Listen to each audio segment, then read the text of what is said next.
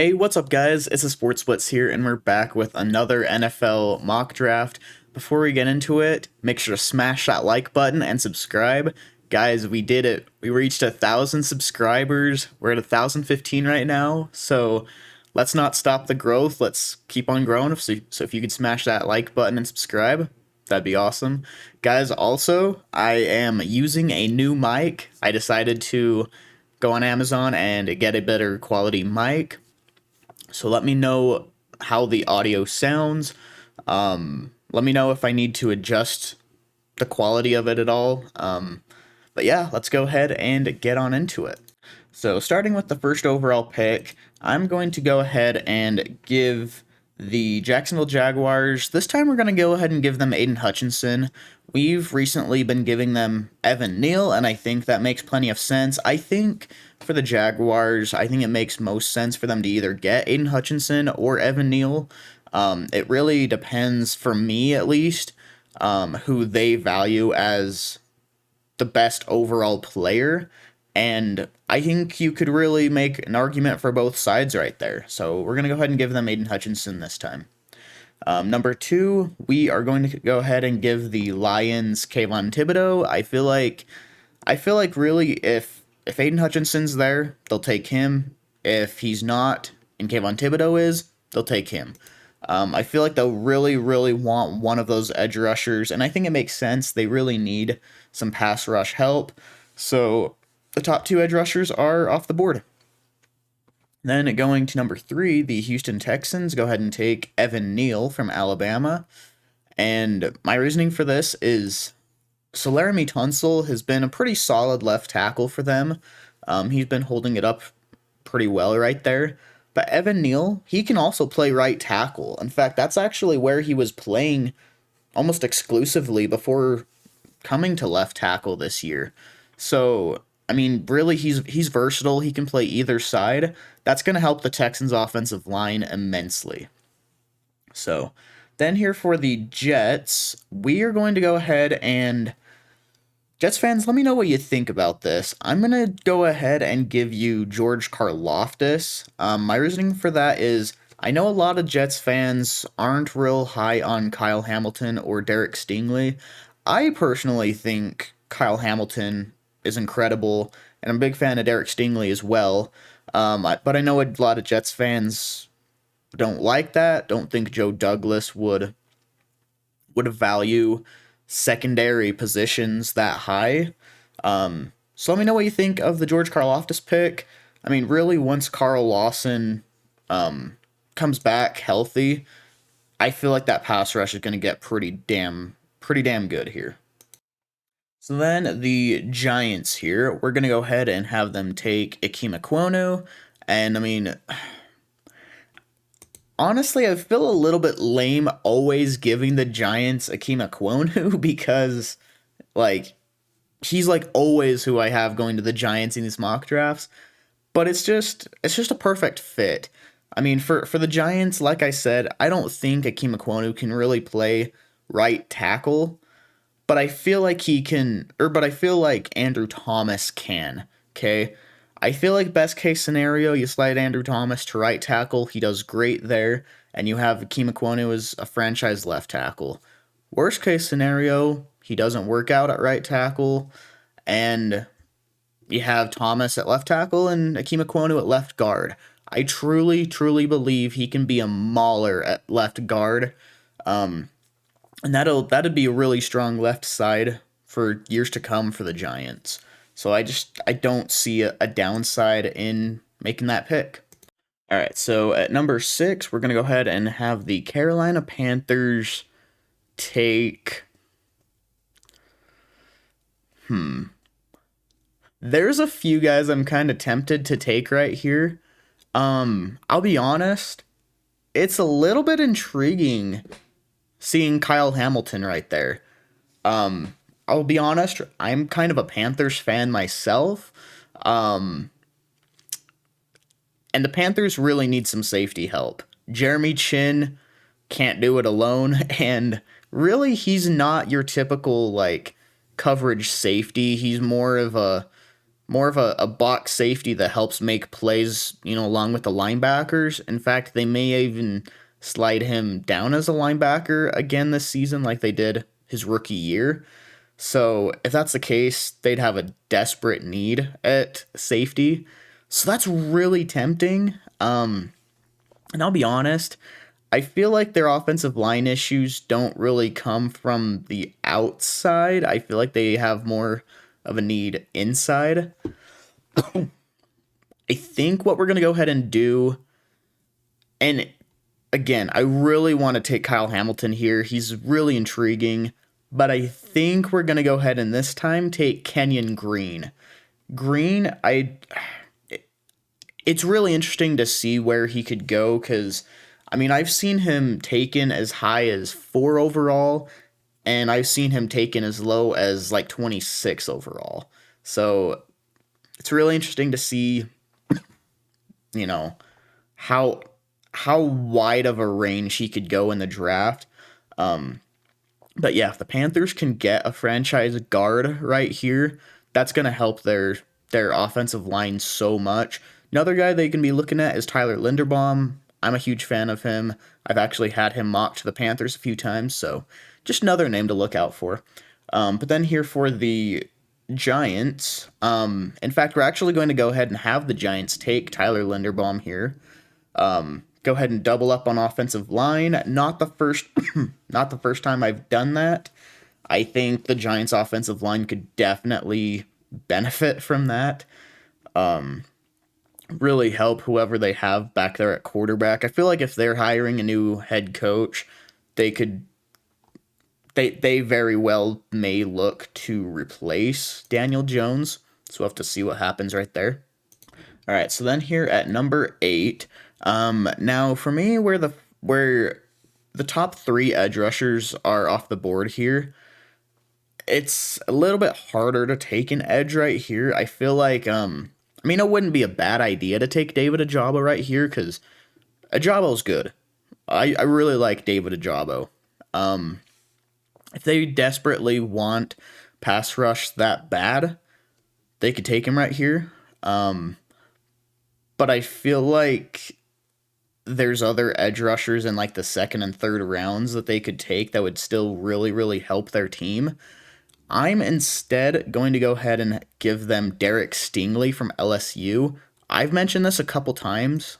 Guys, AJ Terrell had an incredible season. He is one of the top 5 best corners in the league right now, at least, based off this last year. So you throw Derek Stingley into that mix, and that cornerback tandem likely becomes one of the best in the league. That's a really nasty cornerback tandem, and really helps out the pass rush so that they have more time to get to the quarterback.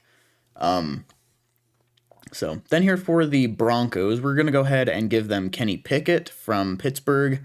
I think he has... So I have him as... I have him and Malik Willis tied as my number 1 quarterback in this draft. The reasoning for that is Kenny Pickett is more ready, and he's got a pretty dang high ceiling as well. I think he may have the strongest arm in this draft class. He's really good. But then Malik Willis, he's not quite as ready, but I think has the highest upside in the draft class. So that's why I have those 2 ranked as my top 2. And the Broncos, I feel like want a quarterback that's more ready right now. They really want to win right now. And if they don't get a quarterback like Aaron Rodgers, Deshaun Watson, Russell Wilson, I feel like the next best option would be Kenny Pickett right here. So then with the Jets back on the board, we are going to go ahead and, we're going to go ahead and give them Charles Cross. The reasoning for that is that Morgan Moses, I believe, is going to be a free agent this offseason, if I remember correctly. I know they do have George Fant, and he played solid there before he got injured. I feel like Charles Cross is just going to be a lot better of a pick. And if they can really, really get that offensive line, working well for Zach Wilson, That's going to be good.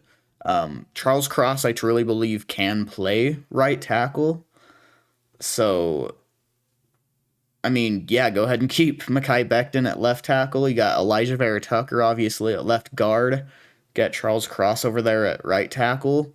I would maybe try to find another guard or so in free agency, and that offensive line is set. But then here for the Washington football team, I'm going to go ahead and this time I'm actually going to give them Matt Corral. I feel like they're also a team that is looking for one of the more ready quarterbacks. And I don't know, I feel like really the only quarterbacks in this class that are ready are Matt Corral, Kenny Pickett, and Sam Howell. And I know a lot of you know that Sam Howell isn't very high in my rankings. I don't feel like he has a very high ceiling. I feel like out of these, possible first round quarterbacks, I feel like he has the lowest ceiling out of them. And I feel like the Washington football team would be smarter to take Matt Corral because he's got a pretty decent ceiling. So then here for the Vikings, we're going to go ahead and give them. Ooh. Part of me really wants to go Andrew Booth, and part of me really wants to go Kyle Hamilton. I feel like corner is definitely a bigger need for them, but I mean, if Kyle Hamilton falls clear to number 12, oh my gosh. Like, that is, like, pair him up with Harrison Smith, and that's nasty. I'm going to go ahead and give them Kyle Hamilton. And then for the Browns, I'm going to switch it up in terms of what receiver I give them this time, because I've given them Garrett Wilson basically every draft I've done. I want to make a few different picks now and then. I don't want every single mock draft to be the exact same. And really, I'm kind of getting to a point where I think Treylin Berks might actually be my number one receiver in this draft. I'm a big fan of this dude, especially come combine time. He may get some hype, maybe even in the top 10. Like, I mean, he could very well be taken by like the Jets. If the Calvin Ridley situation doesn't work out for the Falcons could take him. I really like Treylin Berks. So, all right. So for the Ravens, sorry, I don't know why I was about to say the Falcons there. For the Ravens, we're gonna go ahead and give them. I'm gonna give them David Ojabo. My reasoning for that is, yeah, they had some issues at corner this season. That was, in my opinion, just because Marcus Peters was out the entire season. I mean, that's a really big loss. I mean, you get him back healthy. Him and Marlon Humphrey are still one of, if not the best cornerback duo in the league. And I feel like when you have that, you don't want to spend a first round pick on a corner unless there's no one else there. And the reason I'm taking David Ojabo here is because their top two edge rushers, Calais Campbell and Justin Houston, they're getting really old. Okay, I mean, they'll both be retired within a year or two. I feel like their production went down quite a bit this season. I feel like they'd want to get younger at the edge rusher position. I know they drafted Odafe Owe this last year, and he played really well. You pair him up with David Ojabo, get a much younger pass rush duo there, and that pass rush gets back to being disgusting. I really like that combination there. Eagles fans, you know it. I know I said I want to switch a lot of these up, but Devin Lloyd to the Eagles is just too perfect. Guys, I'm a huge fan of Devin Lloyd. Okay, like, realistically, Devin Lloyd's talented enough, he could also go top 10. I don't think enough people really understand how talented this draft class can be.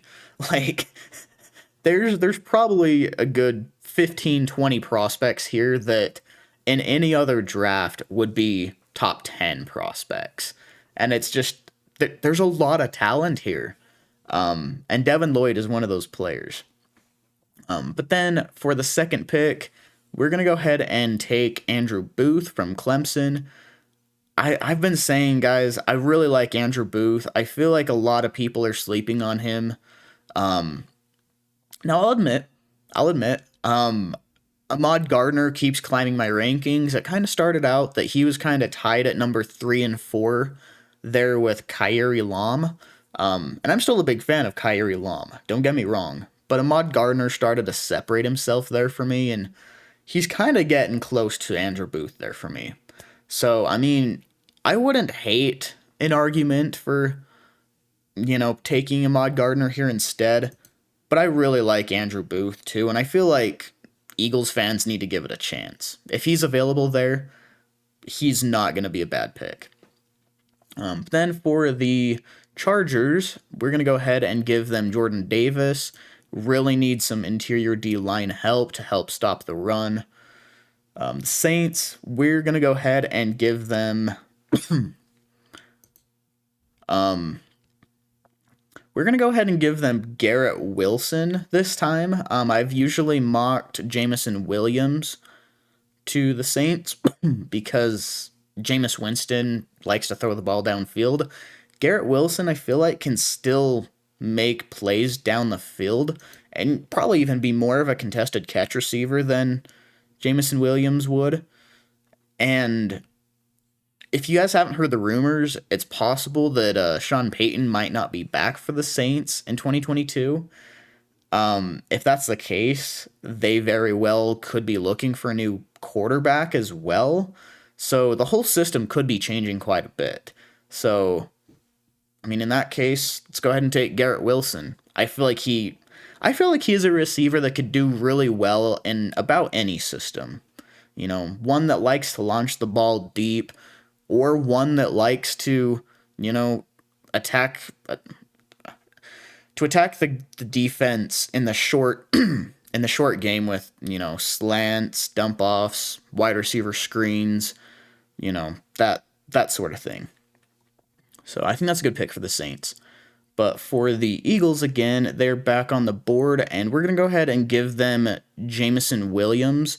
Now, I know that Devontae Smith and Jameson Williams didn't play together at Alabama, but still having two Bama boys right there, I feel like is pretty cool, especially where Jalen Hurts used to play for Alabama as well. I think that's pretty cool. But yeah, I feel like, if Jalen Hurts can get a good deep threat like Jameson Williams, to pair him up with Devontae Smith, I feel like that'll help quite a bit. Another guy here that...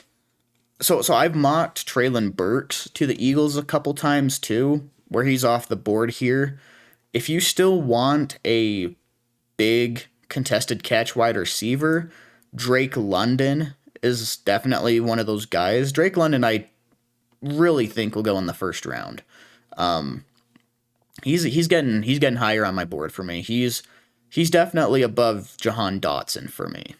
So yeah, Drake London isn't out of the question there if they want a receiver. All right, so the Pittsburgh Steelers are on the clock, and I'm gonna go ahead and give them Sam Howell. I'm not sure Mike Tomlin's really going to be the type that really wants to start over a full rebuild and go through a few seasons of, losing. So I feel like they'll take Sam Howell right here. I know I said that he has the lowest ceiling, and I believe that. But like I said, I think he is one of the more ready quarterbacks in this draft as well. So I feel like he could honestly game manage a few games for the Steelers and help them win a few. So I feel like Mike Tomlin would really want that. So then for the Patriots, we're going to go ahead and give them actually Chris Olave. I'm sorry guys, I'm still sick. I'm still getting through my sickness. I apologize for all the coughing. I've actually tried to pause a few times when I feel one coming on, but please excuse that. But for the Patriots, we're gonna give them Chris Olave. Definitely get Mac Jones some more weapons there. So, all right, then here for the Raiders, we're gonna go ahead and give them DeMarvin Leal from Texas A&M. They really need some interior defensive line help stop the run better. Their run defense wasn't great this year, and I don't feel like they really need edge help because I mean their edge rushers are really good. They could definitely take Ahmad Gardner here though if they wanted. I mean they've had some cornerback issues as well, so they could very well take him. But we're gonna take DeMarvin Leal right here instead. So 23. Now we're gonna have the Cardinals take Ahmad Gardner, and that's gonna help their pass defense immensely, like a ton. For the Dallas Cowboys, we're gonna go ahead and give them, we're gonna give them Trayvon Walker. I know a guy like Roger McCreary would definitely be in the running right here. I mean, he's pretty solid. Also, Kyrie Lam is also still on the board. I have him actually as my number 4 corner, and Roger McCreary is my number 5. McDuffie's number 6. But I feel like the Cowboys really want to get their pass rush as dominant as possible to make it easier on their secondary. So I think that'll help. Then for the Bills, so guys, for those of you who weren't watching the divisional round last night, it felt like a conference championship.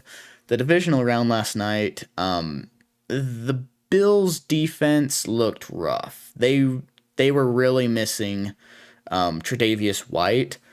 So, and really with Levi Wallace likely leaving in free agency, they're going to want some cornerback help. So we're going to go ahead and give them Kyrie Lam from Florida. I think that'll help quite a bit. And then the Titans, they got bumped out by the Bengals. So, taking a look at this, guys, Ryan Tannehill didn't look too great. And I'm not saying he's going to be washed or anything like that, but, I mean, we're going to give them Malik Willis. And let me explain myself. Malik Willis isn't ready. He needs to sit for a year, maybe a little bit more than a year. But when he is ready, he is going to wreak havoc on the league. Mark my words right here. He will wreak havoc on the league when he is ready. So really sit behind Ryan Tannehill for a year, and Titans fans are going to be happy they made that pick. For the Buccaneers, we're going to go ahead and give them wide receiver Drake London from USC. Obviously, don't have Antonio Brown anymore. That situation. And I really don't think they're going to be able to re-sign Chris Godwin this offseason. They've got a lot of guys they need to re-sign. And, I mean, yeah, their cap space looks relatively decent right now. But I just don't think they're going to be able to re-sign Chris Godwin.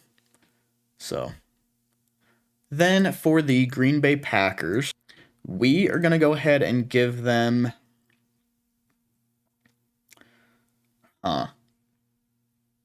This is a tough one. Because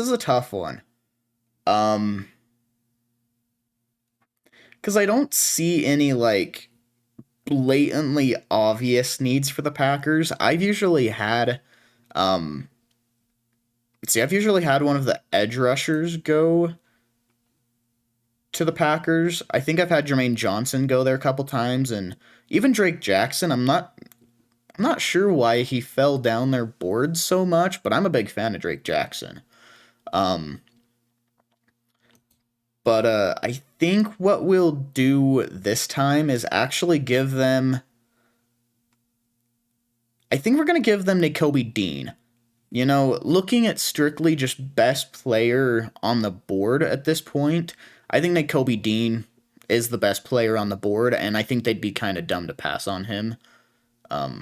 So then for the Cincinnati Bengals, we're going to go ahead and give them we're going to give them left tackle Trevor Penning from Northern Iowa. It was pretty obvious in that divisional round game that they really needed offensive line help still. Joe Burrow got sacked. It was either 8 or 9 times. I think it actually may have been 9 times. And that's just absurd. They need offensive line help really badly. In fact, I wouldn't be surprised if they went really hard in, free agency time to sign one of the top tackles, or even maybe make like a big trade this offseason to fix the offensive line, because that's really like the biggest need for them. So it'll be interesting to see what happens, but I think Trevor Penning is the best fit and best remaining tackle on the board right there for them. So I think that's a good pick for him. Then for the Miami Dolphins, we're going to go ahead and give them, let me think about this real quick. I think what we're going to do is give them Daxton Hill. I think this is another situation that you want to take best player available. And I mean, you could argue maybe taking Jermaine Johnson, or, I mean, it's weird to have Roger McCreary fall this far because he's so talented, but like, I don't know. It's hard to pass on Daxton Hill right here. I think he's the best player on the board, so we're going to take Daxton Hill.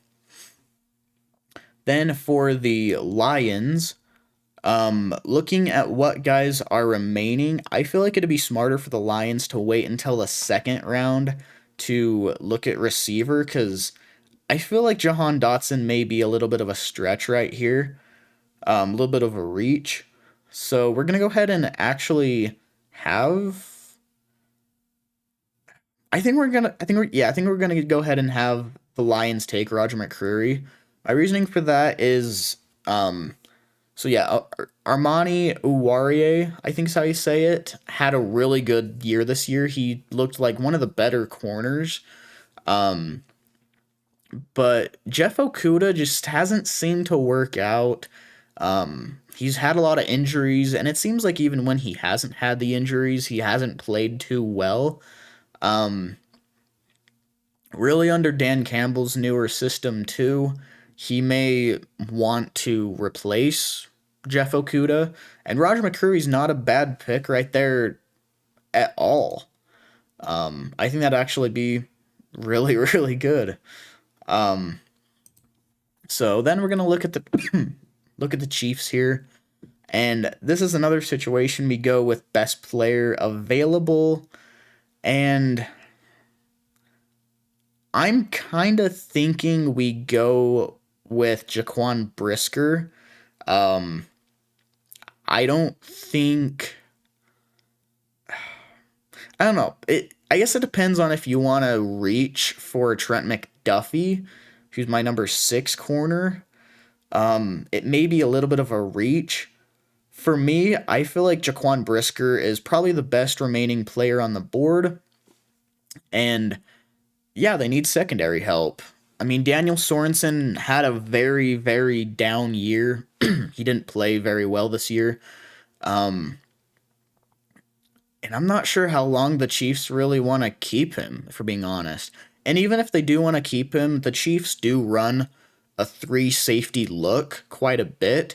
So, I mean, again, if you want to get Tyrann Mathieu, Jaquan Brisker, and Daniel Sorensen in that 3 safety look, I think that's a pretty good safety set right there. So take Jaquan Brisker there. So guys, let me know what you think of this mock draft. Again, guys, let me know how the audio is. I'm really interested to see how this new mic sounds. I'm really excited to see it. But yeah, guys, again, be sure to smash that like button and subscribe. Also, be sure to give my Twitter a follow. I usually post on there whenever there's a prospect that I'm watching some film on and decide, oh, hey, he's better than I thought he was, so, he's rising in my rankings, or hey, he's maybe not quite as good as I thought he was, he's falling in my rankings. So, for extra information like that, be sure to give the Twitter a follow, but thank you so much for watching, and I'll see you next time. Later.